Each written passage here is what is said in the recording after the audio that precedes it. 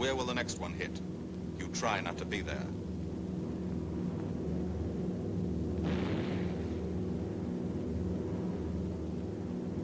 The docks and submarine pens of Wilhelmshaven. Approach to the target starts. No smoke screen can protect it.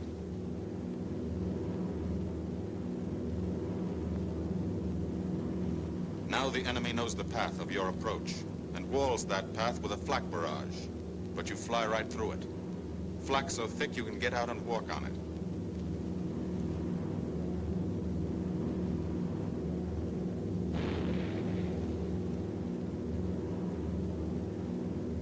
Morgan changes course every 15 seconds. Evasive action to confuse the flak batteries.